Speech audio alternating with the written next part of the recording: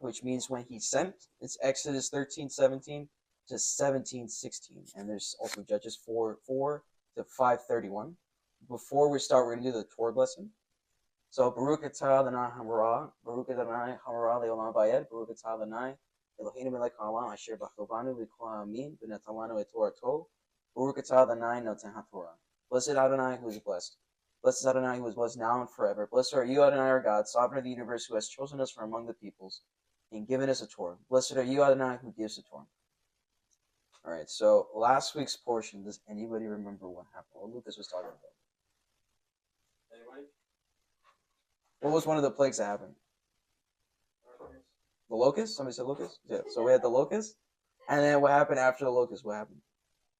There was darkness, right? And then after the darkness, what happened? Death of the firstborn. And what else? What else happened? Very major feast. That's what. Okay, and then after that, the Israelites, they left and they started their Exodus journey. So we're not going to go over the whole portion, but we're going to focus on this one portion, part of the portion in particular, in Exodus 14. So right now in Exodus 14, they're camping near the Red Sea. And then the Lord said to Moses, tell the people of Israel to turn back and encamp in front of Hatharoth, I think I'm saying that right, between Migdol and the sea. In front of Baal-Zephon, you shall encamp facing it by the sea. For Pharaoh will say of the people of Israel, they are wandering in the land, the wilderness has shut them in, and I will harden Pharaoh's heart, and I will pursue them, and I will get glory over Pharaoh and all his hosts. And the Egyptians shall know that I am the Lord, and they did so. So we're going to focus on this part of the portion because there's some interesting things here. For example, why does he make it an important part that they have to go in front of Baal-Zephon? What is Baal-Zephon in the first place? What is that? And who is Baal? That's going to be very important too. Why does he make such a big deal that them crossing the Red Sea is going to glorify Adonai's name in front of the Egyptians? How does that work? So we're going to talk about that. So what was Baal-Zephon? And it's very interesting. Baal-Zephon, it means the Lord of the North, and it's pointing to the god Hadad, which is Baal. And Baal was a storm god who was seen as the supreme god who brought fertility through the rain. And back then it was very common that the storm god would be the guy that brought the rain and the fertility and stuff like that. And usually the storm god is the head honcho. He's the boss over all the gods. And Zephon is referring to Mount Zephon, which is in modern day Jebel Akra. I think I'm saying that right. And that's going to be in the Syria-Turkish border. It's a limestone mountain. It's right there. It's pretty huge. So you can see why they picked that mountain for him. So Mount Baal-Zephon was believed to be the sacred mountain that Baal ruled his pantheon of Canaanite gods. And if you guys know like mythology, like Greek mythology or Roman mythology, it sounds very similar. And that's because they believe that from Baal-Zephon comes Zeus, just the same way that Zeus in the Roman pantheon, he becomes Jupiter. So he just morphs into another god, but it's the same god. So in the same way, Baal-Zephon, he morphs into Zeus in Greek mythology, and then later on he turns into Jupiter in the Roman mythology. So I think it's funny because he never really goes away. He's always involved in the background. So it's just like the Bible says, nothing new is under the sun. So Baal-Zephon was actually worshipped in Egypt. And like I said before, he eventually is going to become Zeus Cassius. And there's a whole mythology behind Baal-Zephon, which is very important to why he brought them there in the first place. So the mythology behind Baal-Zephon is that the god Yam, which is the god of the sea, he wanted to be the supreme ruler. He wanted to be the guy. So he has this fight with Baal, and Baal wins. And for his victory, they give him a palace on Mount Zephon. And that makes him the supreme god. But then he gets in another fight with another god called Mot, which is the god of the underworld. And then he dies, and then he resurrects, which is very interesting because it sounds familiar. He resurrects, and then he rules from Mount Zephon. And it's important that you understand about the sacred mountain because they believe from the sacred mountain is where the rains would come down and they would bring fertility to the land. And that was the idea of the storm god. He's what brought fertility. He's what brought you, fruitfulness. He's the guy that brings the rain. That's what they believe. And like I said, later the god of the underworld, Ma'at, battles Baal, killing him, and Baal resurrects and goes back to Mount Zephon to rule. So the supreme god. This is what they believe. Back then, the people believed that the supreme God was one who ruled on a sacred mountain. The sacred mountain was the cosmic center and the throne of the God. From the throne flowed the rains. The one who ruled on the sacred mountains had domain over the seas, battles victory over Yam, and then we have Babylon's Marduk. He also has a battle with this sea monster called Tiamat. I think I'm saying that right. But you see this common theme where the supreme God, he has a battle with the sea because they used to fear the sea. The sea was a place of chaos. That's why, why is domain over the sea such a big deal? And I don't know if you guys ever seen the ocean, but it's a very chaotic place, I have this video. But yeah. So my dad, my grandfather used to be in the Navy, the Chilean Navy, and they used to cross at the tip of the South American, what's called, I think it's called Punta Gorda. I know it's called Cape Horn in English, but that's a different name in Spanish. But that's where the Atlantic and the Pacific Ocean, they meet, and they crash together. So he would say that the waves, they'll go really high and the ship will go underneath the waves. So the ocean is a scary place. It still is today. I think we know more about space than we do about the ocean. The ocean's a mystery. It's chaotic. We don't know how. We know how deep it goes, but we don't know what's there. So much to learn about the ocean. So we still have that idea that the sea means chaos. We haven't really changed from that. We just modernized. So back then, the sea was seen as a place of chaos, filled with sea monsters. They used to believe that there were sea monsters, and that's where the Leviathan comes from. From that idea. And what's funny is that with the Leviathan, God has sovereignty over it. So he's saying that I have sovereignty over the sea. So he's trying to use a language that everybody understood at that time, of him trying to say, I'm the one true living God, not those losers over there, me. So the sea was seen as a gateway to Sheol. That they believe that's where the gateway was to hell, if you want to put it that way. And essentially the sea was equated to death. And we can see that in the Bible with certain verses. In Psalm 69, 1-5. Psalm 69, for the director of music, 2 lilies of David. Save me, O God, for the depths have come up to my neck. I sink in my miry depths where there is no foothold. I have come to the deep waters, the floods engulf me. I am worn out calling for help. My throat is parched. My eyes fail looking for God. Those who hate me without reason outnumber the hairs of my head. Many are my enemies without cause. Those who seek to destroy me, I am forced to restore what I did not steal. And that's going to be important when we talk about it later, because it's pointing out something very interesting. But then we also have, it doesn't show it on mine. That sucks. Jonah chapter 2. It's going to be very interesting. Did you read it? Because I can't. Yeah. Yeah. So this part of Jonah, he gets swallowed up by the fish, and he's in the belly of the fish. He's praying in the belly of the fish. And this is his prayer. From inside the fish, Jonah prayed to the Lord his God. He said, in my distress I called to the Lord, and he answered me. From deep in the realm of the dead I called for help, and you listened to my cry. You hurled me into the depths, into the very heart of the seas, and currents rolled around me. All your waves and breakers swept over me. I said, I have been banished from your sight, yet I will look again toward your holy temple. The engulfing waters threatened me, and deep surrounded me. Seaweed is wrapped around my head. To the roots of the mountains I sank down. The earth beneath barred me in forever. But you, Lord my God, brought my life up from the pit. When my life was ebbing away, I remembered you, Lord, and my prayer rose up to you, to your holy temple. Those who cling to the worthless idols turn away from God's love for them, but I, with shouts of grateful praise, will sacrifice to you. What I have vowed, I will make good. I will say salvation comes from the Lord. And the Lord commanded the fish, and it vomited Jonah onto dry land. So the interesting part here is verse 6. It says, he brought my life up from the pit. So you see that idea of Sheol being the sea is there. They have that. That's why when Yeshua says that he'll be like Jonah in the belly of the well for 3 days, and then it'll be spit out, he's trying to make that analogy because this is a resurrection language. So essentially, symbolically, Jonah died. He went into Sheol, and then God brought him back. So it's a resurrection language.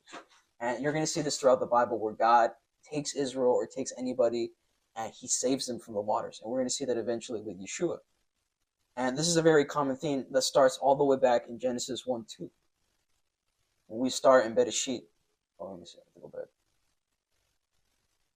So Genesis 1-2, it says, now the earth was formless and empty, Darkness was over the face of the deep, and the Spirit of God was hovering over the waters. So if you just read that, you can be like, okay, it's just whatever, not a big deal. But what it's important, what it's trying to establish to people in that time is that he has power over the chaos, that he's hovering above the waters. We're not going to understand because we have a very different culture. But people from that time, they're understand, oh, he's trying to establish his authority, because that's what usually gods would do back then. But then later on, we're going to see in the New Testament too. In Mark 14:25-33, it says, now in the fourth watch of the night, Yeshua went to them, walking on the sea, and then the disciples saw him walking on the sea, and they were troubled, saying, it is a ghost. And they cried out in fear, but immediately Yeshua spoke to them, saying, be of good cheer. I'm using the King James Version. It is I, do not be afraid. And Peter answered him and said, Lord, if it is you, command me to come to you on the water. So he said, come. And when Peter had come down out of the boat, he walked on the water to go to Yeshua. But when he saw that the wind was boisterous, it was crazy, he was afraid and beginning to sink. He cried out, saying, Lord, save me. Immediately Yeshua stretched out his hand and caught him and said to him, O you of little faith, why did you doubt? And when they got into the boat, the wind ceased. Then those who were in the boat came and worshipped him, saying, truly you are the Son of God.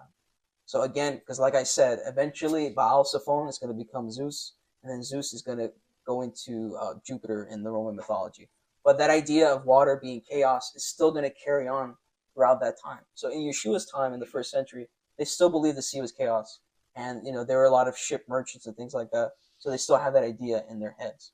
So then when you have Yeshua walking on water, he's doing it for a purpose, It's not random. He's not like, hey, I'm the Messiah, look what I can do. It's not. Everything that he did had a purpose. Everything had a reason. We were in the Temple Conference, and this brother Edgar Ramos, he found what would you call it, a Torah portion cycle for the first century, and it was really cool because they used a very special cycle. So in Galilee, so when you follow the cycle, every time Yeshua did a miracle, it lined up with the Torah portion for that cycle.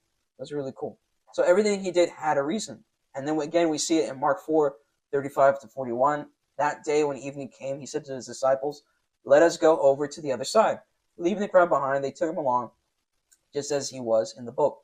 There were also other boats with him. A furious squall came up, and the waves broke over the boat, so that it was nearly swamped. So the boat was about to sink with the water. And then Yeshua was in the stern, sleeping on a cushion. The disciples woke him up and said to him, Teacher, don't you care if we drown? He got up and rebuked the wind and said to the waves, quiet, be still. Then the wind died down and it was completely calm. And he said to his disciples, why are you so afraid? Do you still have no faith? They were terrified and asked each other, who is this? Even the wind and the waves obey him. So for us, that's like, wow, that's pretty cool. He told the waves to stop and it stopped. But for them, it's very powerful because it has a message behind it. Yeshua is saying that God, he's the one that has control over the chaos. Not Baal, not Marduk, not any of the other gods. He's the supreme ruler. And remember before I talked about how the sacred mountain, the rains would come down from the mountain to give them fertility. But, it's something that you see also in the Bible that's very similar. So the rains would come down from the sacred mountain. And then we see it in Zechariah 14:8. It says, on that day, living water will flow out from Jerusalem, half of it east of the Dead Sea, half of it west of the Mediterranean Sea, in the summer and in the winter. And then when you study and see Solomon's temple, he had something called the Brazen Sea, and it was like this special, what would you call it, a basin, so it would hold water from underneath, water that comes from underneath the temple. So they said it had enough water to have 2,000 baths worth of water. I don't know how much that is. I couldn't figure that out. But let's just assume it's a very giant amount of water. And all that water came from below Mount Moriah, where the temple was. And that's a very big deal because back then they used to believe that the storm god, the supreme god, from his mountain was the water that came and gave everybody life. But now you have the mountain that Yahweh reigns on, and the water actually does come from the mountain. Nobody else has that. And what was the one that I named? The Mount Zephon? They don't have water from the mountain. It's all figurative, but this one's literal. So he's showing his sovereignty. He's showing them like, hey, I'm the guy, not those guys. And then there's another thing that Rico talks about that's very interesting, called the cloud rider. Baal was believed to be a cloud rider, that he would ride on a storm cloud. All storm deities were seen as a supreme god who are depicted riding a storm cloud. We see that in Greek mythology. We see that in Roman mythology. They're always depicted on a storm cloud. And then we see this language in Psalms 19, 9 to 12. It says, he parted the heavens and came down. Dark clouds were under his feet. He mounted the cherubim and flew. He soared on the wings of the wind. He made darkness his covering, his canopy around him, the dark rains, clouds of the sky. Out of the brightness of his presence, clouds advance, with hailstones and bolts of lightning. And then Exodus 13, 21 to 22, before chapter 14, we have the Lord went out before them by day in a pillar of cloud to lead them along the way, and by night in a pillar of fire to give them light, that they may travel by day and by night. The pillar of cloud by day and the pillar of fire by night did not depart from before the people. So now you understand that the pillar of cloud had a purpose, had a symbol. People would understand and see that and be like, hey, that kind of reminds me of Baal, the cloud rider. But it's not Baal. They're going to know it's Adonai. And then the pillar of fire is very important because back then in those times, when there would be a new king, he would bring freedom to everybody. He would raise a torch, and that torch would signify freedom, that he's bringing freedom to the slaves, to the captives. So now you have a pillar of fire going with his people. Everybody sees that, and they would walk on a route that everybody, what was it? I think I mentioned it last week. Yeah, then a trade route, but it was a military and a trade route. Yeah, it was a common trade route that they followed that other kings would use. So they would have been seen by everybody. So let's just recap what we talked about, because I talked about a lot of stuff. But you guys I'm gonna ask you guys, who was Baal? Who was Baal? Yeah, but exactly what was it? That's like one of his names, but like, what was he seen as? Yeah, he was the supreme god in the pantheon. He was the storm god. And then what's important about Baal Zephon? What did it symbolize? Oh, remember the story that I read about Baal Zephon? So what's behind that? What does it symbolize? Where he would reign. That's his sacred mountain, right? So now, what is the message that God is sending to the Israelites when they're camped by the Red Sea in front of Baal Zephon? Why did he bring them out there? What's the purpose of that? What was he trying to teach them? Because you have in front of them the sacred mountain of Baal, and according to the story, he's the guy that has control over the sea. And then what happens after that? After they camp, they go through the Red Sea, the sea splits, and now he's showing them that it's not Baal, because they grew up in Egypt. They knew who Baal was. Probably some of them, like Lucas said last week, they had some pagan tendencies. So he's trying to teach them, trying to get them out of their system that it's not Baal or any of those other gods. It's me that provides stability. But then we go back. So if crossing the Red Sea, has a purpose for Israel, and it's supposed to teach them something, why does he say that he would be glorified to the Egyptians if they cross the Red Sea? How does that work? And we have to understand a lot going back in the portions. So we're going to have to read the Code of Hammurabi. So the Code of Hammurabi, paragraph of Code 132, if the finger is pointed at a man's wife about another man, but she is not caught sleeping with the other man, she will jump into the river for her husband. And then in the second paragraph, it says, if anyone has attributed acts of sorcery to a man, but without being able to prove it, the man accused of these acts will go to the divine river and dive into the river. If the river takes him, his accuser will take possession of his house. But if the river shows the man to be innocent, and he emerges safe and sound, his accuser will be killed, and the one who is plunged into the river will take possession of his accuser's house. So basically what they used to do back then, if I accuse you of something but I don't have any proof, what they would do, they would throw you in the river. Sometimes they would tie you up. And they said, well, if he's innocent, the river god will save him. Obviously, if you're tied up, you're going to drown in the river. And I'm not talking about like a lazy river with no current. I'm talking about like a raging river where the current pushes you down and you're at the mercy of the river. So most of the time, these people, they died. I think I mentioned a while back that there was a king. He had like 10 professional swimmers, and he would send those swimmers out to swim for him. And then one time, one of the swimmers, they drowned, so they had to kill the king. But so you have to understand that, because now if we go back to Exodus, what happened with the Hebrew Israelites? What did he do to them? The Pharaoh, I'm sorry. What did the Pharaoh do to the Hebrew Israelites? Threw the babies in the Nile, right? And so it wasn't just a random thing. It was a legal thing. because he's accusing the Israelites of something. He's throwing the babies in the water. Obviously, babies don't swim in the river. But in their minds, they're like, well, the God of the river didn't find them innocent, so I guess I'm just. But then you have Moses that gets saved through the Nile, and they find him in the basket. A lot of people, they assume like, oh, she saw this really cute baby, and she saved him, and that's why Moses lived. So I guess all the other Hebrew babies were just ugly, and they just like. But no, like there's a reason why she saved them, because otherwise they would have just killed them. They killed a bunch of other babies. Why would they have a problem killing him?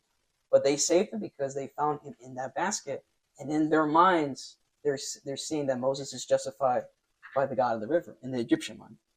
But now God, Adonai, he has a legal precedent against Egypt. Now he can accuse them with their laws, using their language. He can get back at them. So now let's see that legal precedent against the Egyptians. So the Egyptians made an accusation against the Israelites.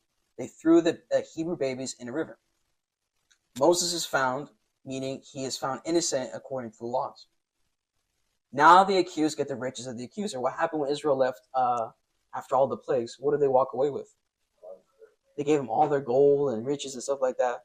That's also found in the laws of because this is called the trial by water. I forgot to mention that. The trial by water, and that was the process usually. You accuse somebody. If you ended up being innocent, well, now you guys got to kill me, and all my possessions go to the guy I accused. So now the accuser, who was the Pharaoh, now he has to face the penalty of death.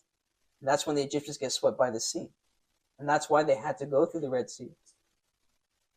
You see? I mean, it doesn't really say, but you can see that's how it worked out. Like they were doing the trial by water based upon all these patterns here. So when you see these patterns, you know they're doing the trial by water. What was the accusation? It doesn't really say. Didn't say that it was about they thought that they were going to throw Egypt. I mean, that's a fear, but an accusation would be like if I say, Lucas, I think you stole from me. I'm going to throw you in a river and we'll figure that out. Something like that. We don't know exactly what they told them, but that was the legal precedent that they did. But we can see that this had a. Let me think. We can see why God did this. And we can see that God has an effect on not just Israel and not just Egypt, but all the other nations surrounding in the region. It has a great impact. Because later on, when we read Joshua 2, 1-11, it says then Joshua, son of Nun, secretly sent 2 spies from Shittim. Go look over the land, he said, and especially Jericho. So these 2 spies are being sent to Jericho. So they went and entered the house of a prostitute named Rahab and stayed there. The king of Jericho was told, look, some of the Israelites have come here tonight to spy out the land. So the king of Jericho sent this message to Rahab. Bring out the men who came to you and entered your house, because they have come to spy out the whole land. But the woman had taken the 2 men and hid them.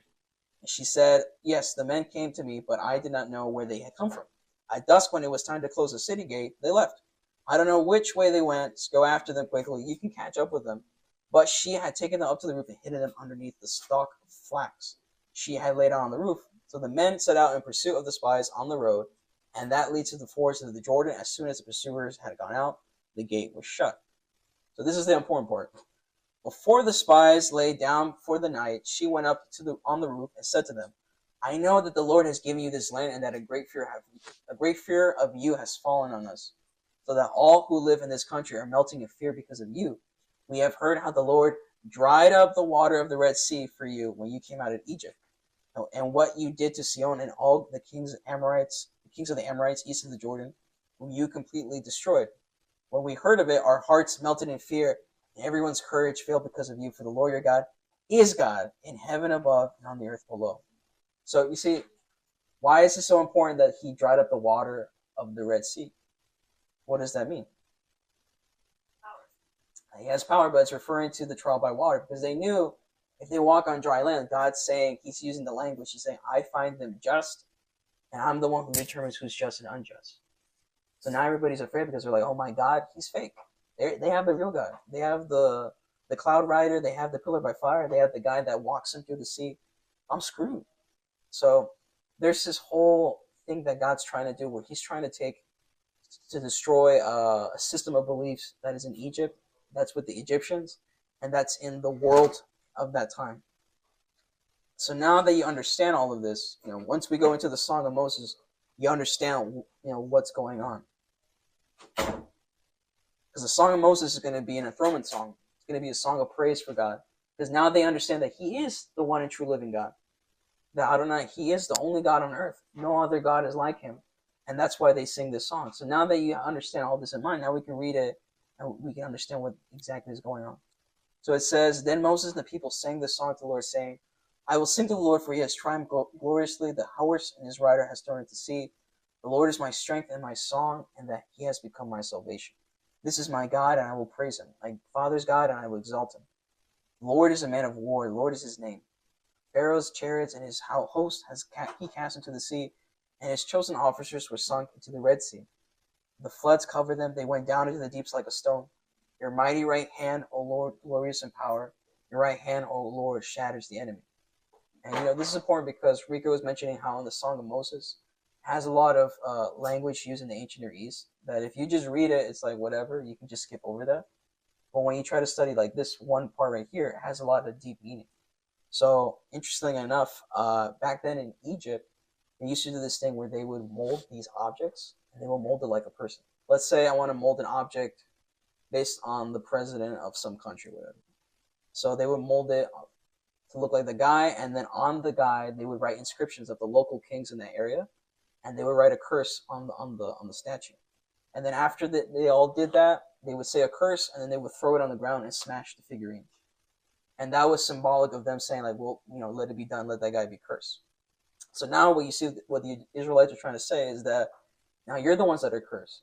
God find you guys unjust. They're throwing the language back at them. It's very interesting.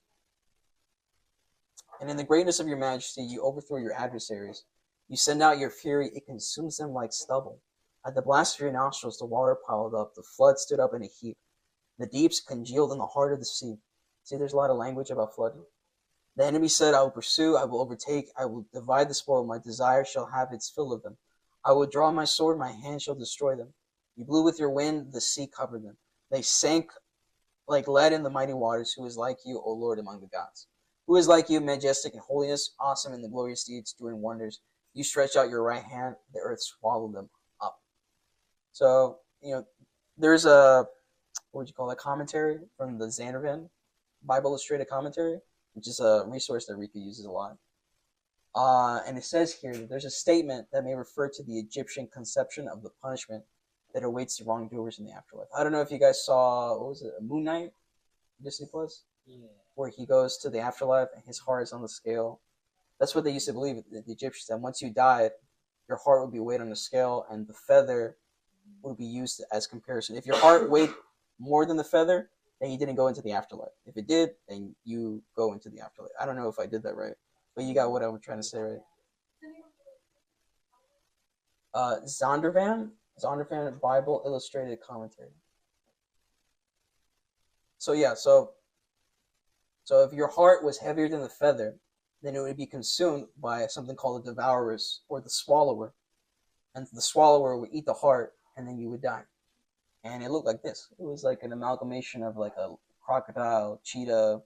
I don't know what that back part is. I'm gonna say hippo, but that's what would eat their hearts, and that's what they believe. So now what he's trying to say, the guy in the commentary, he's saying that when they mean they swallowed them up, he's referring to the Egyptian. He's referring to the Egyptian. What would you call that? Trial. You want to say it that way. So continue with the Song of Moses. You have led in your steadfast love the people whom you have redeemed. You have guided them by your strength to your holy abode. The peoples have heard, they tremble. Pangs have seized the inhabitants of Philistia. Now are the chiefs of Edom dismayed. Trembling seizes the land of Moab. All the inhabitants of Canaan have melted away. Why are they going to be scared? Because that Red Sea thing is going to be a very important message that everybody's going to understand.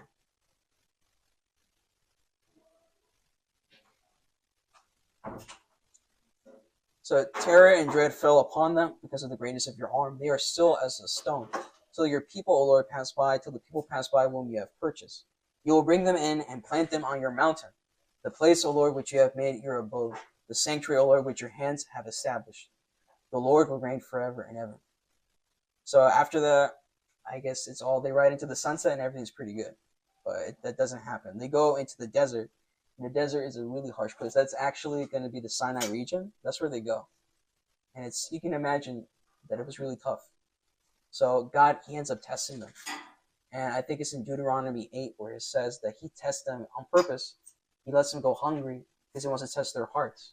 Because right now, they have that mentality in Egypt from being slaves, from worshiping other idols, and they have a lot of things that they have to fix. So, like right after they sing this song, it goes into the bitter waters because they start complaining about not having water. And then they lose faith again and again and again. And this is going to happen. We're going to see this throughout the portions that they keep going on this endless cycle where they lose faith and they gain faith and stuff like that. Because they see that around them, that there's no hope. But they're supposed to have hope in God. So I guess this is like a preachy part of the teaching. But, Rico was mentioning that a lot of times, we want certain things from God, that we want him to give us things that we desire, but sometimes he gives you things that you need. At that time, they didn't need a banquet. They just needed food. And he guided them little by little because he wanted to teach them that you don't live on food alone, but you live on the word of God, every word that comes out of his mouth. And sometimes, in life, we go through a lot of struggles where it gets tough. We go through our own deserts, if you want to put it that way. But we have to understand that as long as we have God, we don't have to worry about it. And Yeshua, he talks about that the sparrows, they don't have to worry about if they have food. They're always taken care of. As long as you're with God, you don't have to worry about your clothes, what you eat, what you drink. He's always going to take care of you. And that's something important that you have to keep in mind throughout the portions. And we look at these people and we laugh at them because we're like, what a bunch of dummies. How could they're with the presence of God. They saw all these miracles. How come they fail? But, sometimes it's really easy to say because we're not in their shoes. But you have to imagine when you're in a place like that, and it doesn't really look that much hope, sometimes your faith, it falls through. So this is actually the end of the teaching. No, I have the summary. But Adonai is establishing his authority at the Red Sea. That's the purpose of the Red Sea. He's trying to establish his name among all the other gods. He is the one who determines who is just or unjust. Last week we were talking about how he says that he hardens the Pharaoh's heart. And that's a very important language because he's using the language of the Egyptians. We talked about the heart and the scale. So him saying that he's hardening the Pharaoh's heart is him telling the Egyptians, telling the Israelites that I find him unjust. Not the God of Egypt, Ma'at. I'm the one, the only God. I find him unjust and I'm going to punish him. And he uses the language of that time to establish his sovereignty among all the peoples. Because it's not supposed to be just Israel and everybody else is on the outside. He wants everybody to join him. So he's using the language of that time to speak to those people. Because a lot of times people, they see, like we're talking about Baal and the similarities of Adonai. So people will say, oh, well, you see, that shows you that God is just a Canaanite God and he's just a copycat of Baal. And you're going to see that a lot, especially if you guys go to college. Somebody's going to come and pop out and tell you that. But if you try to understand that God is trying to establish, he's using that language, but he puts a difference. I was talking with Lucas yesterday that in Egypt, the priests, what they would do with the sacrifices, they would go to a high place where nobody would be able to see it. Only the elite could see the sacrifices. And then in comparison, you have Israel where the sacrifices were done in public. So all the men will be around it, and then the court of the women, they would see it from the balcony. So, there's always those differences and similarities that God is trying to establish. I don't know if anybody has any questions. I know I went through everywhere. I don't know if you guys have questions.